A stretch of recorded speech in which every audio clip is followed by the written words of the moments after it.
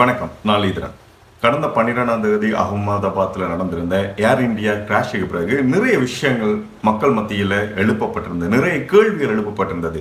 So இந்த விபத்து எதனால நடந்திருக்குன்னு சொல்லி இதில் ஒரு முக்கியமான விஷயம் நம்ம எல்லாருமே கேட்கும்போது ரொம்ப அதிர்ச்சிக்கு உள்ளாக்குற மாதிரி ஒரு விஷயம், ஒரு பெண்ணால தான் இந்த விமான விபத்து நடந்திருக்கான்ற அளவுக்கு இப்ப பேசப்படுது.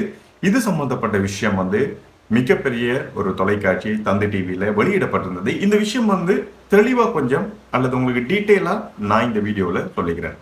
முதல்ல பாத்தீங்கன்னு சொன்னால், கடந்த ஒரு மாசமாக போலீசாருக்கு மின்னஞ்சல் கொஞ்சம் வந்து கொண்டிருக்குது.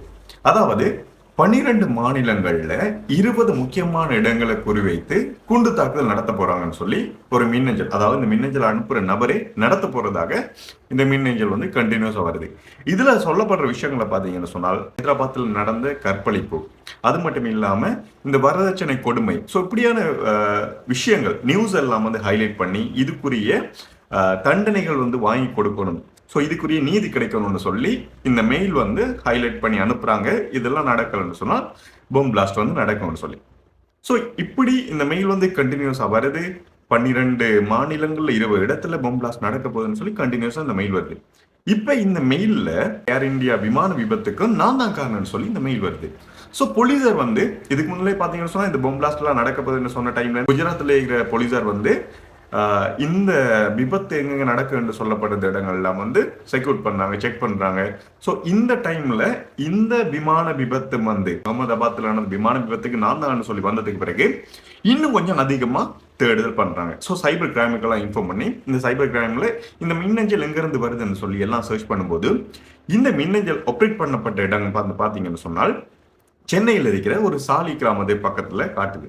ஸோ போலீசார் இங்க சென்னையில் இருக்கிற போலீஸோட இந்த இடத்துல சாலி கிராமத்தில் இருக்கிற இந்த அட்ரஸை கண்டுபிடிச்சு எந்த இடத்துல இருந்து இந்த மெயில் ஜென்ரேட் ஆகுதுன்னு சொல்லி தேடி போன இடத்துல ஒரு பெண் கைது செய்யப்பட்டிருக்கிறாங்க. இவங்களுடைய மின்னஞ்சல், அதாவது இவங்க யூஸ் பண்ண அந்த மின்னஞ்சல்ல இருந்து தான் இந்த மின்னஞ்சல், அதாவது இந்த மெசேஜ் எல்லாமே வந்திருக்குது. ஸோ இவங்க பாத்தீங்கன்னு சொன்னால் ரெனி ஜோஷில்டான்னு சொல்லப்படுகின்ற ஒரு பெண், இவருடைய தந்தையையும் இவங்களையும் அரெஸ்ட் பண்ணி அகமதாபாத் போலீசார் கொண்டு போயிருக்கிறாங்க. ஸோ இவங்கள்ட்ட கேட்கப்படும் போது நம்ம ஆச்சரியப்படுற அளவுக்கு முக்கியமான விஷயங்களை ரெனி ஜோஷில்டா தெரிவிச்சிருக்கிறாங்க.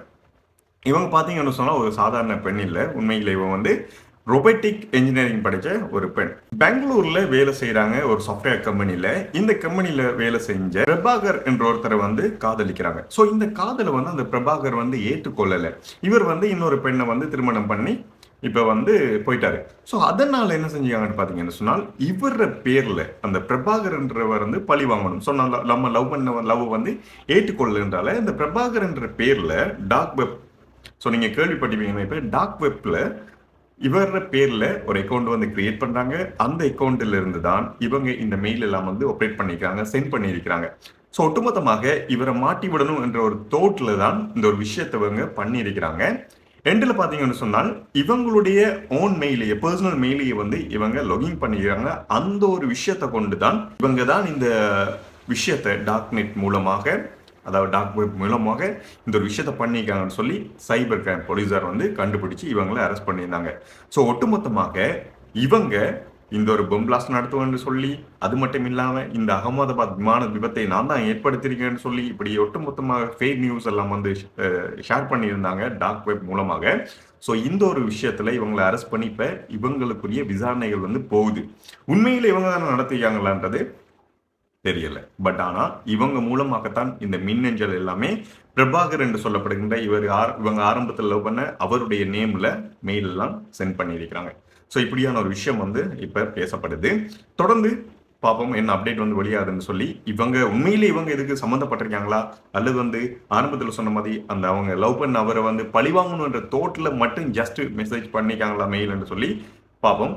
இது சம்பந்தப்பட்ட விசாரணைகளுடைய முழு அப்டேட் வரும்போது அடுத்த வீடியோவில் நான் ஷேர் பண்ணிக்கிறேன். முழுக்க நான் ஆரம்பத்தில் சொன்ன மாதிரி இந்த நியூஸ் தந்தி டிவி மூலமாக வெளியிடப்பட்டிருந்தது. அதை கொஞ்சம் நான் டீட்டெயிலா இந்த வீடியோவில் ஷேர் பண்ணிக்கிறேன். நன்றி, வணக்கம். இது சம்பந்தப்பட்ட கருத்துக்களை நீங்க கமெண்ட் செக்ஷன்ல தாராளமாக சொல்லலாம்.